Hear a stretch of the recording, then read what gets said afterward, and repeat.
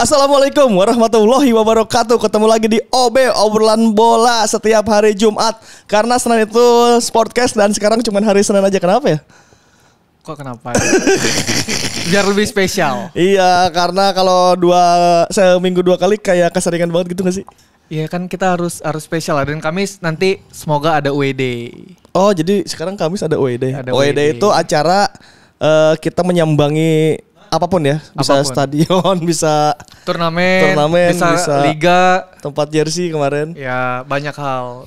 Oke, jadi itu dia bersama saya Ripan Pradipta dan rekan saya yang satu ini, Mozaik Ali Samer. sang aktor, calon aktor kawakan, insya Allah, amin. Kedua lagi kemana? Lagi sibuk. Hah? Lagi sibuk. Lagi sibuk mana nih? Enggak tahu. Bruno Fernandes lagi sibuk meeting. Yes. Satu lagi si Mas yang satunya. Lagi ngantar Sandy Walsh ke bandara. Satu lagi nganter Sandy Walsh Walsh ke bandara. ke bandara. Nah, episodenya bisa disaksikan hari Senin nanti. Soal? Banyak hal dari kampung halamannya. Dia klarifikasi ya, kalau di Wikipedia ada dia keturunan Somalia, ternyata bukan. Ya kan? Iya, bukan Pokoknya Somalia. kalian lihat lah, banyak cerita-cerita menarik. Soal timnas juga dibahas. Ya. Soal ya yang main di Eropa, yang Ya. sering ditanyakan lah, di situ juga dikupas tuntas sama Coach Ripan dan Bang Mamat. Oke, dan itu full bahasa Inggris gundul ya. Jadi agak kacau, tapi tenang, ada subtitle untuk memudahkan teman-teman semua. Sportcast nanti hari Senin, saksikan. Dan sekarang kita akan membahas soal Indonesia yang berhasil lolos ke babak selanjutnya di World Cup Qualifier. Betul sekali. Kualifikasi Piala Dunia 2020.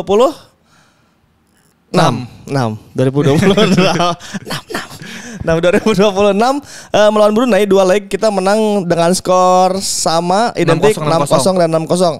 6-0 di Jakarta dan 6-0 di Brunei. Ya, dan yang di Jakarta kita WD tuh kemarin. Ya, yang di Jakarta WD, kalau yang mau lihat liputan WD-nya silakan, ada Bruno Fernandes sama si Ojik dan nama gue juga nonton. Nah, yang leg kedua kita nggak nonton. Kenapa nggak berangkat ke Brunei? Karena Coach Ripan maksa untuk nonton Liga 3. Ya, nanti Persipan Pandeglang yang kemarin videonya tayang. Ya, nanti saksikan lah Liga 3. Udah ya? Udah tayang. tayang Nah, itu Liga kemarin. 3 kemarin kita tandang ke Serpong. Bukan kemarin, nanti tayangnya Kamis depan. Gimana sih? Whistle to whistle, lupa. Pokoknya saksikan nanti kita WD ke Serpong. Yes. Kemudian kemarin udah WD ke GBK juga, udah WD Liga 1, jadi ini ya, grafiknya naik turun. Yang belum tuh berarti secara kompetisi yang belum ya. Liga 2. Liga 2. Iya. Suratin. Epa nanti Sekarang belum jalan lah. juga. Ya, nanti kita jalan-jalan. Pokoknya kita akan seru-seruan terus. Kemudian kemarin 6-0, hal menarik adalah 3 penyerang sudah mencetak gol. Ramadan Sananta mencetak gol. Hoki Caraka melakukan gol debutnya untuk tim senior. Yes. Yang mana dia juga membanggakan, selain keluarganya, dia juga membanggakan oleh Dennis Wise, pelatihnya ketika di Garuda Select. Dennis Wise bilang itu hoki memang sudah selayaknya. Dia pokoknya Dennis Wise itu senang Hoki Caraka dipanggil timnas dan dia mencetak gol. Karena hoki ini kan yang merubah posisinya si Dennis. Karena waktu pertama kali gabung Garuda Select dia posisinya center back kan. Oh iya. Ya, terus diubah sama si Dennis jadi wing dulu, terus baru jadi striker kalau nggak salah. Sama Dennis Wise ini. Iya, kan pernah kita bahas juga waktu itu. Iya kan, pura-pura aja. Iya. Ya kalian bisa tonton juga episode bareng Hoki Caraka. Kita pernah ngobrol bareng, cari aja. Iya. Ada Jadi di situ. ada episode bareng Hoki Caraka waktu si Hoki lagi tesnya di mana dia ya? Waktu itu masih kita di Inggris kalau video nggak call ya, salah. dia Iya, lagi di video Inggris call. sama si Edgar, anak PSM tuh. Nah, Hoki sendiri mencetak 2 gol di pertandingan melawan Brunei di leg yang Brunei. Umpan dari Sandy Walsh juga. Itu merupakan debut golnya di senior. Selamat Hoki Caraka sekali lagi. Kemudian Dimas Derajat juga sudah membukukan gol.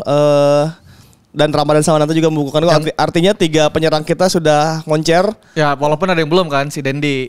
Denny Sulistiawan ya, walaupun juga ada yang bilang ini kan lawannya Brunei, tapi nggak apa-apa, gol tetap dihitung. Dan permainan kita juga, kalau secara statistik bahwa kita sudah bisa clean sheet dan kita bisa mencetak 12 gol dalam 2 pertandingan, itu sudah cukup oke.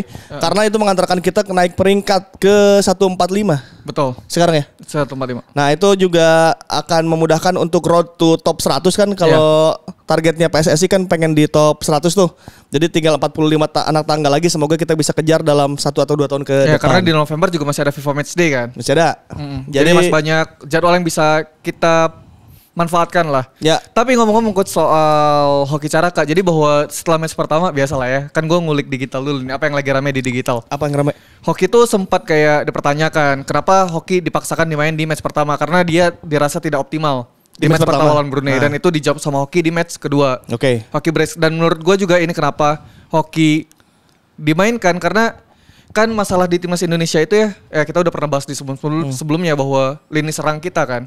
Nah gue ngerasa bahwa Sintayong mencoba untuk memanfaatkan Hoki karena seenggaknya kita harus punya opsi lain ketika misalkan let's say Dimas Derajat atau Sananta mungkin tidak fit. Oke. Jadi kita punya banyak opsi lain lah. Ya. Apalagi Hoki kan masih muda juga dan dia bisa di kelompok umur masih bisa juga dimanfaatkan. Kalau gue melihatnya bahwa dulu Rizky Ridho juga pernah dimainkan di awal-awal, maksudnya di usianya ketika masih muda, Rizky Ridho dikasih kepercayaan dan buahnya di 2-3 tahun kemudian kan Rizky Ridho bisa menjadi nge-lead tim, bisa jadi leader waktu di SEA Games, bahkan kapten. Dia berhasil melakukan medali emas, sekarang sangat matang sekali. Betul. Mungkin Sintayong juga pengen regenerasi di striker itu ada. Kan untuk lini belakang umurnya lumayan panjang nih, ada Rizky Ridho, ada Elkan Bagot, itu akan 7-10 tahun ke depan lah masih oke. Mungkin di lini depan juga mau mencoba ada Hoki di situ untuk bisa main di 10 tahun ke depan. Nah, momentumnya lawan mana ya? Momentumnya lawan Brunei karena secara kualitas Brunei akan di bawah kita. Secara PD Hoki akan mencetak gol cukup mudah lah, tidak terlalu sulit lah jika kita melawan tim-tim yang katakanlah Korea atau yang mana gitu. Kalau Hoki kan kemampuan mencetak golnya tuh akan keluar lawan Brunei ya. Itu akan menimbulkan kepercayaan diri Hoki. Kepercayaan diri itu akan membuat Hoki berada di levelnya yang cukup lumayan buat. Jadi startnya nggak dari nol banget gitu. Hoki itu udah cetak 2 gol gitu. Walaupun lawannya Brunei dia udah naik lah ya. Ya, tapi untuk jangka panjang kayaknya Sintayong mau melakukan jika di belakang sama di tengah bahkan di kiper sudah ada pondasi untuk 7-10 tahun ke depan. Di kiper ada Hernando kan. Yeah. Di tengah di belakang ada Rizky Ridho, di tengah Marcelino Ferdinand akan masih panjang banget umurnya. Mungkin Sintayong pengen ada orang seperti itu juga di depan dan Hoki Caraka adalah salah satu orang yang tepat untuk saat ini buat memanjangkan umur tim nasional itu sendiri. Ya kalau di gelandang ada Arkan Fikri juga. Ada Arkan Fikri udah kasih debut juga kemarin di Brunei. Jadi ini menurut gue sih salah satu Sintayong ingin memanjangkan umur timnas dan membuat pondasi timnas untuk 7 tahun ke depan lagi. Toh kemarin kita sudah terbukti bahwa Rizky Ridho bagus. Sekarang sudah matang, sudah melawan Argentina. Hernando Ari juga sudah melawan Argentina. Marceng sudah. Asnawi pertama arahan juga sudah. Nah mungkin akan pengen ada generasi lagi di timnas Indonesia. Ya jadi walaupun ibaratnya ini harus patut diingat juga teman-teman ketika misalnya timnas ini bertanding 2 match lawan Brunei, ada beberapa pemain pilar lah yang biasa dipakai juga nggak bisa main kan karena cedera. Oh iya cedera. Iya kan, ada Jordi Amat yang nggak main, terus si Rafael Struijk nggak main, Irfan Jenner nggak main, Marcelino juga nggak main kan. Tapi biasanya kalau misalnya kita berkaca dengan timnas sebelumnya selalu ada turbulensi nih. Ketika pemain-pemain penting itu ibaratnya nggak ada. Nah tapi kemarin kita ngelihat ya walaupun lawannya cuma Brunei juga ya. Bahwa tim ini tetap baik-baik aja. Iya baik-baik karena tiba-tiba Kambuaya bisa on lagi. Ya. Kambuaya sempat menghilang dalam beberapa pertandingan timnas. Kemarin 2 match walaupun di match pertama itu jadi pemain pengganti cuman dia main sangat bagus sekali. Mungkin juga itu efek Kambuaya berhasil menemukan performa di Dewa United juga. Jadi Dewa membantu Kambuaya menemukan performnya lagi, nemu PD-nya lagi. Di timnas PD-nya dapat lagi. Iya, dan itu juga yang terjadi sama Egy dan Sadil kan. Sadil juga betul. Sadil juga di Sabah menemukan performanya lagi di AFC Cup, apalagi di kompetisi Asia Club. Kemudian dibawa ke timnas jadi enak lagi. Jadi secara kepercayaan diri melawan Brunei itu cukup bagus. Ya. Setelah ini kita akan lolos ke babak selanjutnya yaitu babak grup. Indonesia tuh tergabung di kualifikasi Piala Dunia 2026 tuh di grup F. Ya, bersama Irak, Filipina dan Vietnam. Lagi-lagi ketemu Vietnam. Kenapa nih harus ada Vietnam Ya, terus di nih? Piala Asia juga ketemunya Vietnam lagi. Jadi mereka akan main di November ya. Ya. 16-21 partai Irak Indonesia Filipina. Kemudian 21 Maret, 26 Maret, 6 Juni, 11 Juni. Jadi agendanya sampai tahun depan lumayan panjang di kualifikasi ini. Setidak-tidaknya kita akan bertarget untuk lolos dulu ke babak selanjutnya lagi. Jadi kalau di timnas ini pengennya sejauh-jauhnya sih. Walaupun Piala Dunia memang mungkin akan sangat sulit digapai, cuman ya semampunya lah, pengen tahu lah generasi ini mampu sampai mana. Pelan-pelan lah, maksudnya toh juga ini kan jedanya agak jauh ya, 2 match dekat, terus jedanya agak jauh. Jadi secara yang kayak kita sering bilang sebelumnya bahwa Sintayong tuh tahu cara untuk menang gitu loh. Kayak kemarin yang kita bahas di UED, gimana si Sandy Walsh dan Asnawi bisa fluid banget posisinya. Bisa kayak gitu kan, dan ya belum lagi ada beberapa isu yang soal ada beberapa naturalisasi juga katanya kan. Iya. Yang bakal akan datang dan belum juga liga juga akan jalan. Seharusnya ini jauh lebih matang. Sekarang udah matang, mungkin akan lebih matang lagi nantinya. Kalau melihat grup, harusnya secara di atas kertas hanya Irak yang lumayan PR. Kalau Filipina dan Vietnam masih Asia Tenggara juga kan, itu harusnya sudah bisa kita taklukan lah. Jadi setidaknya runner up kayaknya bisa diambil harusnya oleh Indonesia. Abis itu kita akan lolos ke babak selanjutnya dan semoga ya lagi-lagi harapan gue sih sejauh-jauhnya sih. Kalau untuk lolos Piala Dunia, walaupun ada penambahan 48 peserta, gue nggak sangat-sangat, kan tadinya 32 tuh, sekarang 48, gue nggak begitu yakin juga sih. Cuman ya pengen tahu langkah sejauh-jauhnya itu sampai mana. Ya kalau boleh bermimpi pun kan yang tiket untuk Asia itu ada 8 dan 1 tiket playoff kan. 8 ya? 8 berarti 9 lah kalau misalnya kita beruntung kan. Segar juga sih nih kalau bisa dapat Piala Dunia kan. Ya nggak tahu lah ya, cuma seharusnya bukan mimpi yang mustahil kayak gitu untuk kita perjuangkan. Setidaknya babak akhir lah, semoga kita bisa lolos ke babak akhir. Kita percaya buat timnas ini karena lagi-lagi timnas ini umurnya panjang, umur 21-22an kan. Jadi semoga bisa berprestasi terus di level atas, ditambah beberapa pemain juga lagi bermain di luar negeri. Nah sama gue tuh ini ya, maksudnya gue berkaca zamannya 2016 bahwa dulu tuh ada masanya di mana timnasnya oke banget kayak gitu. Terus ketika kedatangan pemain-pemain yang berkarir di luar negeri, kekompakan timnya tuh jadi kayak ada goyang gitu loh, coach, kayak ada turbulensi. Nah, tapi ini tidak terjadi dengan timnas ini. Karena ada Sintayong. Karena iya kan kalau biasanya kan kayak tim yang kompak atau ada kedatangan pemain yang dari luar tuh kan kayak goyang aja kayak gitu, kayak enggak fluid lagi kayak gitu. Nah, di timnas ini itu tidak terjadi gitu loh. Kita coba lihat banyak pemain yang kayak Arhan, Asnawi itu berkarir di luar. Karena tim ini sudah disiapkan oleh Sintayong dari dulu main barengnya. Jadi walaupun katakanlah siapa sekarang yang lagi nggak ada di national pool gitu, nanti ketika masuk lagi ya dia udah pernah merasakan kayak. Even Evan Dimas misalnya, Evan Dimas mau dimasukkan ya, Evan Dimas udah masuk di Sintayong yang awal-awal. Udah ada di sistemnya ya. Udah tahu gitu cara main Sintayong gitu. Misalnya siapa lagi gitu, Osvaldo Ha yang pernah di awal-awal ada, ya kalau dimasukkan ya pasti akan langsung tune in karena udah tahu cara mainnya Sintayong. Gitu. Jadi nasional poolnya banyak banget nih. Sintayong punya SDM pemain yang dia tinggal keluar masuk lah ibaratnya gitu. Ya nggak pusing lah ya. Nggak pusing mas. Katakanlah misalnya di gelandang gitu, butuh gelandang yang nggak ada ya, masih ada Stefano Lillipali di luar. Dan Stefano Lillipali juga tahu cara bermain dan sebagainya gitu. Jadi relatif aman untuk Sintayong saat ini dalam squad dan dalam keharmonisan tim. Mereka sudah tahu semua lah. Ini sama gue mau tanya ke lu nih soal ini, lu boleh jawab boleh enggak ya, kalau misalnya enggak nanti di-cut aja. Soal Stefano Lillipali karena lu sebut tadi. Apa? Kenapa? Kan banyak yang menyayangkan bahwa Stefano Lillipali tidak dipanggil lagi. Iya, dia di timnas ini. Nah, menurut lu kenapa dan emang tinggal tunggu waktunya aja untuk Lillipali gabung lagi? Kayaknya ini juga pertanyaan semua orang sih, kenapa Stefano belum masuk juga. Ketika di klub di Borneo FC, Stefano Lillipali tampil bagus ya, tampil key players lah di Borneo FC. Kenapa key players belum dipanggil lagi? Sebetulnya belum tahu sih alasan Sintayongnya apa. Cuman ya untuk kualitas seperti Lillipali yang selalu di top level ya cepat atau lambat bakal balik lagi ke timnas sih. Tinggal tunggu aja. Tinggal tunggu waktu aja ya gitu. Jadi untuk Stefano mah tenang aja. Masih banyak waktu buat ke timnas lagi. Kalau kualitas apalagi kan Borneo sekarang di papan atas bahkan calon juara kan. Dia sudah kedatangan Pluim juga tuh, akan ada duet Pluim dan Lillipali di Borneo nanti. Jadi untuk Stefano belum tahu alasan Sintayong gak manggil kenapa, cuman untuk kualitas kayak gitu ya Sintayong ibaratnya punya tabungan di luar skuad yang sekarang lah di dalam diri Stefano Lillipali. Dan patut diingat juga bahwa jadwal timnas sangat padat ya. Kita tidak tahu segala kemungkinan yang bisa terjadi. Ada Piala Asia, ada apa lagi? Ya kualifikasi Piala Dunia. AFF Desember ini kan? Iya kan? Jadi punya banyak jadwal. SDM masih banyak yang siap dipanggil dan semuanya tentu sudah tahu cara sistem bermain Sintayong dan cara main Sintayong. Jadi yang di luar sana tetaplah berjuang dan tetaplah bermain di top level karena panggilan sih tinggal nunggu waktu menurut gue. Iya, dan patut diingat ya, gue sudah lama tidak se-happy ini dengan timnas Indonesia kayak gitu, kayak ada di ini ya, ada di performa yang ketika duduk tuh kayak pede, kayak mainnya enak ditonton, menikmatin bahwa kalau biasanya kan deg-degan doang nih kayak ya Allah mainnya kayak gimana sih. Tapi ini nih lagi enjoy-nya nih. Lagi enak. Jadi semoga romantisme ini terus berlalu ya. Amin. Kita sekarang akan ke Sobat Sporty Cerita. Betul sekali. Ini dari siapa coach? SSC dari Wahyu Virgiawan Listianto. Anjay. Listanto. Virgiawan Listianto ini tahu Iwan Fals? Bukan dong. Kagak ngerti dia. Kan gak ada Wahyunya di depannya. iya kan? Ini terinspirasi pasti dari Iwan Fals nih mungkin. Ya, sosmednya Wahyu.fl. Ceritanya adalah sedikit cerita Min. Pada 13 September 2022 tahun lalu ikut turnamen di kampung. Posisi saya bek kanan. Saat overlap saya dihantam dari depan yang mengakibatkan tulang kering patah sampai remuk. Dibawa ke pengobatan tradisional beberapa bulan setelahnya hampir 1 tahunan. Nah, hasilnya agak panjang sebelah. Karena pengobatan biaya sendiri mau tidak mau belum pernah berobat ke ahlinya MCO, ronsen ataupun yang lainnya.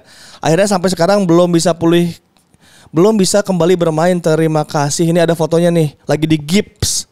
Aduh jadi panjang sebelah ya. Aduh. Tapi nih ya, ini sedikit cerita soal benturan-benturan ya. Yang kemarin nanti di UED ya semoga suaranya terdengar ya. Apa kenapa? Yang gue cerita ke lo waktu nonton kemarin. Kenapa? Kayak di Liga 3 tuh emang sekeras itu ya? Ya lumayan. Apa karena jaraknya deket aja? Emang Liga 3 dan Liga 2 cukup cenderung keras sih. Itu nih ya konteksnya adalah kan kita di pinggir lapangan kan dan itu agak ada tribunnya ya. Dan biasanya kalau ketika ngelihat kan kita ngelihat pola kayak gitu lah ya, kayak wah ini pemain sprintnya bagus. Di situ nggak bisa coy. Pemain lari ngebut dikit bunyi bek ditabrak. Jadi prinsip yang bola boleh lewat tapi kaki nggak boleh lewat. Itu terjadi di Liga 3. Lu tonton akhirnya? Gue tonton dan gue ngerasa kayaknya emang gue nggak cocok jadi ada suara-suara ya. Karena dengarnya pun aja gue ngilu kayak ini serius nih. Iya. Maksudnya ya itu Liga 3 lah ya. Maksudnya amatir, apalagi kalau misalnya kayak Tarkam ya. Tarkam juga hampir kayak gitu sih. Lebih parah lagi bahkan yang kadang-kadang suara kalau di benturan trak-trok gitu sih. Nah celakanya adalah kalau misalkan kayak Liga 3 let's say itu kan emang atlet ya. Jadi di kepala gue adalah secara tulang, otot mereka emang kuat dan terlatih lah untuk dengan benturan. Tapi kalau Tarkam kan kayak orang biasa kayak gue nih, ayo ikut tarkaman kayak gitu ya. Iya betul. Tulang dan segala macam tuh tidak terlatih dengan benturan. Ya makanya itu kalau tarkam juga sebetulnya kan udah ada genre pemain tarkam juga. Ya, mereka tahu di mana harus ngehindar, mereka tahu di mana harus dalam tanda kutip ya dimasukin gitu. Mereka tahu, dan Liga 3 pun juga seperti itu. Sebetulnya kan Liga 3 karena ya pemainnya kan masih pada muda-muda ya. Jadi mereka lagi pengen ngejar-ngejar bola. Adrenalinnya masih tinggi-tinggi. Masih tinggi, jadi kalau bola lewat ya orangnya ditahan gitu. Ya coy, itu asli coy. Terus belum tahu teknik menghindar, belum tahu teknik halusnya lah. Terus teknik jatuhnya juga kayaknya masih belum terlalu ini ya. Itu pelajaran pertama di liganya di situ lah, digemblengin di Liga 3. Jadi kalau masih banyak kedengeran prak-prok ya wajar. Tapi kalau udah di level nanti di nasional ini udah mulai halus lagi tuh main tuh.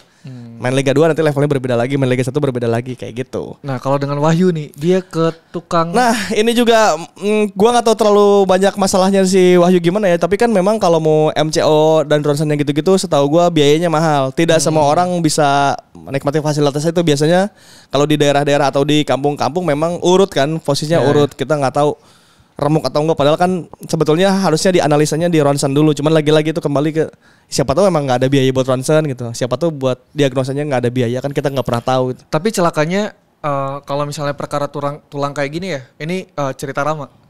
Rama tuh dulu sama dia patah tulang, ya sama kayak gini lah tapi di tangan. Terus dia bawa ke tukang urut. Nah tulang itu kan makin lama makin keras kan. Jadi ketika dia keras, kalau ini kan jadi panjang sebelah kan. Nah Rama tuh jadi bengkok. Ini konteks Rama ini yang megang prompter ya. Kalau misalnya sering dimarahin Bang Mamat itu orangnya. Yang kalau ultimate team salah mulu. Jadi karena tulangnya udah keras, pas dicek dipatahin lagi coy. Oh diulang lagi. Iya, dan semoga Wahyu kamu nggak kayak gitu ya. Iya. Kalau ada rezeki sih dicoba di ronsen sama ke MCO sih biar tahu analisanya harus digimanain, harus diapain gitu. Dan nggak bisa dibiarin juga karena jadinya kayak cacat kan kalau dia terus biarin. Takut ada efek jangka panjang sih. Tapi ya kalau misalnya itu yang saat ini bisa dilakukan ya lakukan yang terbaik dulu aja. Karena ya mungkin urut adalah nggak ada pilihan lain gitu di urut ya. Untuk menambah sugesti dia buat kuat ya mungkin diurut gitu. Cuman baiknya sih tuh kan karena pengobatan biaya sendiri mau tidak mau belum pernah berobat gitu ke ahlinya. Emang susah ya. Gitu. Jadi untuk Wahyu semangat yuk. Santai aja, insya Allah ada rezeki. Amin. Slow aja. Lu kasih nasihat orang-orang Tarkam emang harus kayak gitu atau gak usah dinasihatin lah, mereka udah tahu kudu gimana gitu. Itu mah udah berpuluh-puluh tahun main bola coy. Ya jago-jago ngehindar lah, jago-jago. Ada yang pakai ini gak sih yang pakai jampi-jampian? Ada aja kayaknya kalau di daerah mah ya. Itu WD kesana ke dukun-dukun kayak gitu. Boleh juga kan? Sih, iya sumpah. Iya kan? Oke. Kita lihat kayak WD ke dukun ya. Ke dukun-dukun yang lihat biar kakinya. Ya benar ya. Iya kepikiran juga ya, benar juga ya. Boleh deh. Nanti boleh. Kita tanya-tanya. Pokoknya untuk yang suka main bola, kalau yang kerja sih ikuti kata Dokter Tirta. Kalau pernah ada episode Sportcast dengan Dokter Tirta, kalau udah capek mau usah dipaksain. Kalau yang kerja dan dikurang-kurangin main malamnya kalau Dokter Tirta kayak gitu kan. Terus kalau yang belum di level kerja, masih muda, masih kuliah gitu atau masih SMA, main bolanya Ya kalau benturan-benturan banget sebenarnya nggak dihindarin aja lah, nggak usah dipaksa-paksa banget buat masuk karena takutnya malah jadi jangka panjang kan. Ya karena ingat kan yang penting menyenangkannya kan main bola. Yang penting fun, tapi kalau emang udah piala-piala kayak Piala Dekan dan lu pengen masukin ya terserah aja lah itu masuk tapi itu urusan masing-masing. Urusan masing, cuman ingat lawanmu adalah temanmu juga sebetulnya. Betul. Rekan sejawat satu profesi itu mau bagaimanapun juga. Itu. Ya sudah. Semoga cepat pulih lagi Wahyu Frigiawan. Wahyu ya, semoga lekas pulih yuk. Semoga bisa didiagnosa lagi ya. Amin. Dan bisa dipenanganan lebih baik supaya lurus lagi, nggak panjang sebelah. Amin. Gitu. Udah beres hari ini ya? Udah beres itu. Kita ketemu Jumat depan lagi. Kalau misalnya ada yang mau kirim-kirim Sobat Sporty cerita ini, bisa aja langsung DM aja di Instagramnya @sport77official, DM di Twitternya juga bisa. Kalau misalnya belum gabung di grup WhatsAppnya ya, tapi kalau misalnya udah gabung, kirim aja di nomor admin yang ada di WhatsApp. Oke. Sudah. Selamat menikmati akhir pekan. Depan Pradipta pamit. Mozaik Ali Samer pamit. Assalamualaikum warahmatullahi wabarakatuh. Bye bye.